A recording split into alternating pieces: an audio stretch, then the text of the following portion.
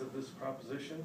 And as you know, SRP has a 4-step analysis that we go through to determine whether or not a contribution is appropriate for us. And so I have asked Gretchen Kitchell, our lead on state government relations, who is the author of our analysis, to share her analysis with the committee prior to us asking for approval of a $10,000 commitment in addition to the $5,000 that was previously approved by the Corporate Contributions Committee. So with that, I will ask Gretchen to come up and share with you her analysis. Thank you. Good morning, members of the committee. I'll just jump into the analysis. The first step that we do when we determine whether it's a good contribution to give is we identify the substantive changes of the law that are sought to be made by the initiative. So we look at Prop 204, and as Peter said, it is a proposal to raise the sales and use tax in Arizona by 1%. And it is predominantly going to be using that money for schools, education, and for infrastructure projects. There are several provisions that we looked at in the proposition, but there is one that is particularly problematic and causes direct and obvious concerns for SRP, and so I'm going to point that one out specifically to you guys. Under the proposition, the tax base, which is what's subject to tax, is not allowed to be adjusted in any manner that causes a reduction in the annual amount collected that's distributed under this new proposition. So what that means is whatever is subject to sales tax now that would be taxed with this additional 1%, if that's changed in any way that causes a reduction in that 1%, that's not allowed to be done anymore after this proposition passes. So that's the provision we looked at closely. Step 2 says, identify whether these changes reasonably relate to SRP's ability to carry out its authorized purpose. As you know, and as you help do, SRP tries to keep its electric rates as low as possible. One of the big costs associated with providing electricity is taxes, so we look closely at trying to keep our taxes as low as possible. And one way we do that is we really work to get along with the Department of Revenue, make sure we're all trying to get to the same place, but every now and again we have disputes with the Department of Revenue. And frequently those disputes are in the sales tax arena. One example of a dispute we're currently having with the Department of Revenue has to do with what is subject to contracting, sales tax under the contracting provision. In Arizona we tax contracting activity, but defining what contracting activity is very nebulous. So we currently are in dispute with the Department of Revenue regarding certain contracting activity. Specifically, it's overhauls of power plants. We have never paid sales tax, the prime contracting sales tax on the overhauls of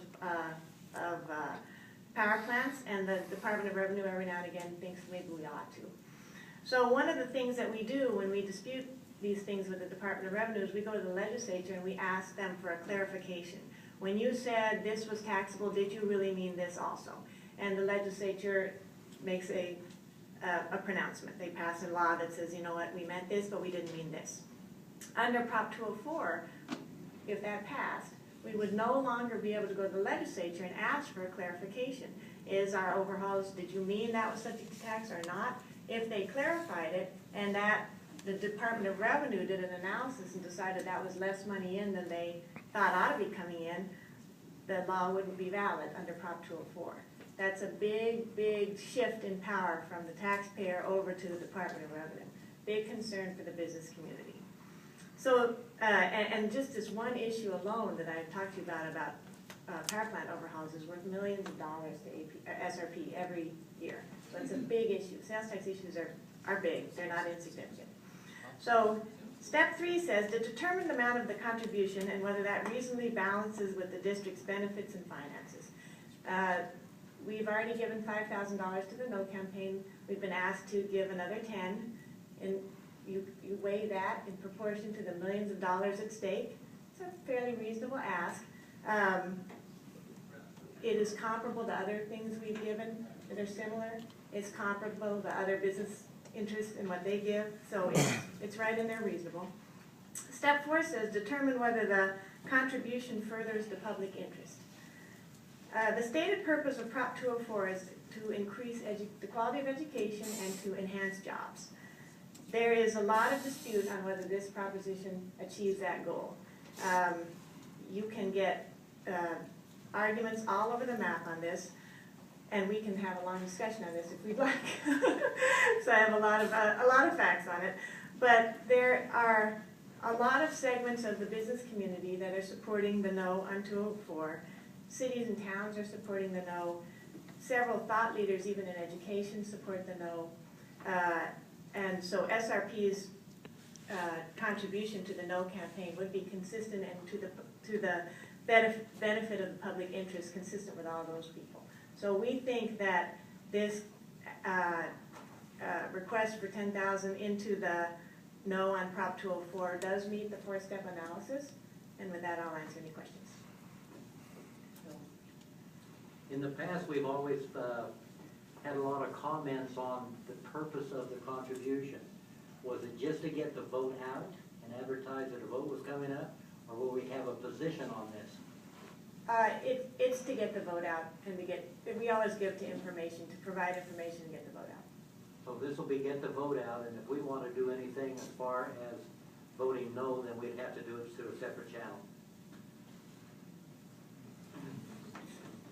The contribution that we would make, Bill, would be to get out the vote efforts, and but it would be to the no campaign, and there would not be a specific no message tied to these dollars. It would be get out the vote, educate voters.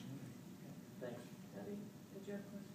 Yeah, I'm just curious as to the timing, why we didn't address this sooner, and wouldn't it have been advantageous to do so? The timing is a good question, and it came up initially and was discussed in corporate contributions. At that time, there was discussion about approving $15,000.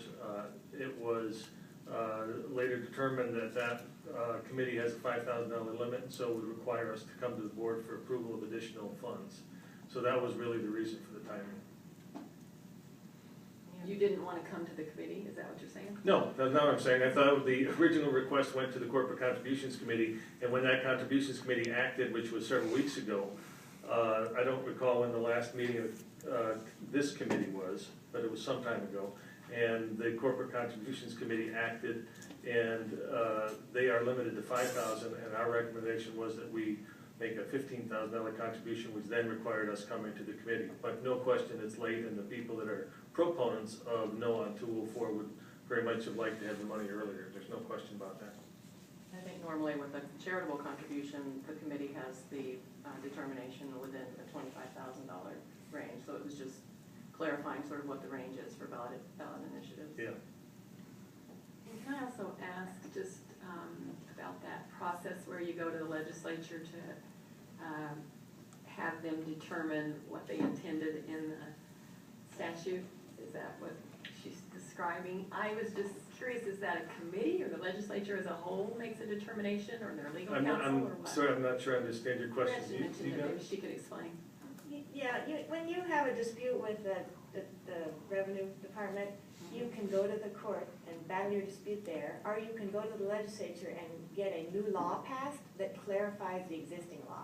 So if the law is vague, and the law is often vague, and if you look at the sales tax code, there's pages and pages and pages, and most of it is clarification on what the original tax means. And so it is common practice to go to the legislature and say, you know, we're fighting with these guys, we thought you meant this, they think you mean this, what do you mean? And then they pass a new law that says, this is what we mean. So it's a whole, It's a whole new law, not just legal. I see. Good, thanks. Wendy has a question. Follow up on Debbie's question about the timing. I assume that this approval, if it's approved by the committee, would have to go to the board. Correct. And Correct. the It's the board November approves it. 5th board meeting, right? Then the contribution would be made the day before the election. That's correct. Is that going to do any good?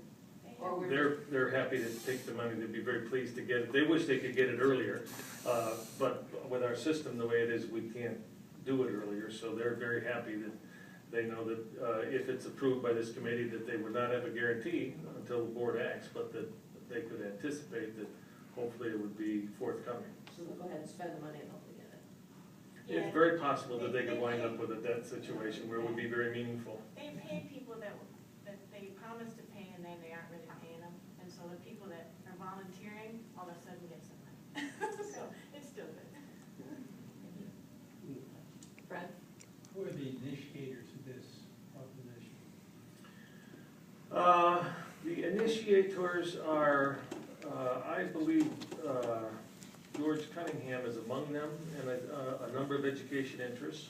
I think if you look at the proposition and see where the $1 billion is allocated, you can see where the initiators are. For example, there's $100 million that goes for transportation purposes, and I'm sure they were involved. A number of the school boards and the education interests that are the recipients of some $700+ million have been deeply involved.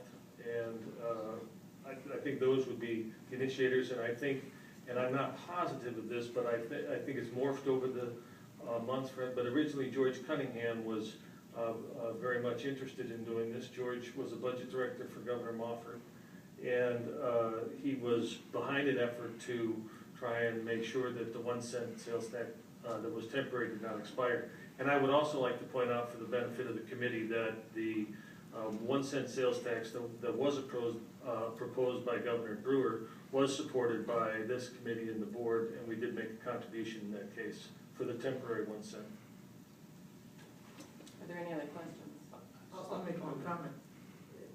Doug Ducey, the state treasurer, is very, very adamant against this, the 204 basically, so I just want to make that. Yeah, Doug Ducey has taken a leadership role in the No on 204 effort. That's correct. And Keith, what? I was just going to say that I remember the last time that we were approached for the temporary sales tax increase.